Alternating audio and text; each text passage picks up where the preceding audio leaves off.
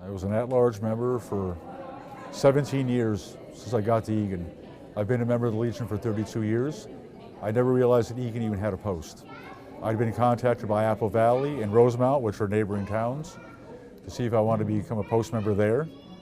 I just couldn't relate to what's happening in those towns, so I stayed at large. There was talk last fall of 2015, where they actually went to the state commander and asked to turn in the charter.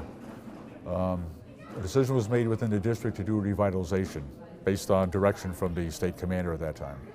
So they made phone calls, and I was one of them. They said, hey, we've got this post, we're looking for members. I said, well, where are you located? And they said they meet at the Eagan Community Center. I said, okay, I went to the meeting. I asked a lot of questions, offered some suggestions, and at the end of it, the commander said, you know what, I'm ready to step down. So there was an election held, and I became the commander.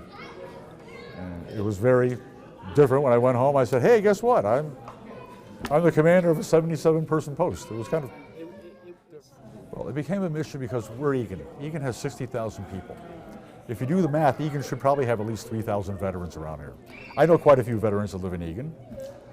Didn't know if they were in the Legion or not, but I said, you've got these little towns, 40, 50 miles away that have 200 to 400 members. What are we not doing? So the first thing I did was I met with the past commander, who then became the post adjutant, and asked him what the challenges were. And I said, okay, what works well, what doesn't work well, and so forth. And what I heard was, well, the place we meet at is kind of a drag. We don't meet regularly. Sometimes it's every 6 months, sometimes it's once a year. We don't do anything within the community. And I'm thinking, this is just low-hanging fruit. I also started calling people out of the same post that I had come from, the national one and the state one. And it was amazing how many people, when I said, you know what, we're a post here, we're trying to revitalize. People don't know we exist, we need to get out in the public. I'm not expecting you to be 100% at every meeting, I'm not expecting you to be 100% getting involved, but numbers matter. If I go to the city and I say I have 70 members, I might get, oh, okay. If I walk in, I say I got 150 members, I probably have their attention. In fact, this is a true story. One of the leaders of the city, I saw him about 4 months after I started the active revitalization.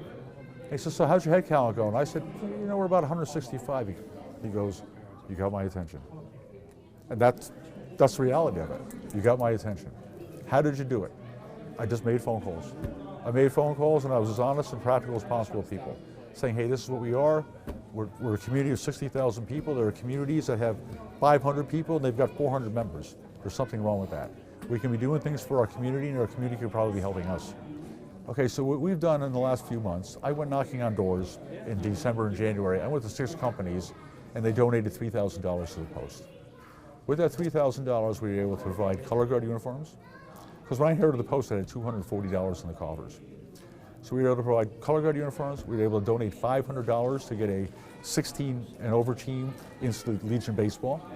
We spent $400 on a book called F is for Flag for the school district and presented it to all the first grade classes. The thank you cards we got back and the posters, we had tears in our eyes when we were passing these around at a post meeting. It was that special. And that's what it is. I mean, what you saw tonight, I get jazzed by doing these things. I really do. It tells the community that we care. It tells us that the community cares about us and they care about our veterans, whether veterans and future veterans. And I think it was a really feel-good moment.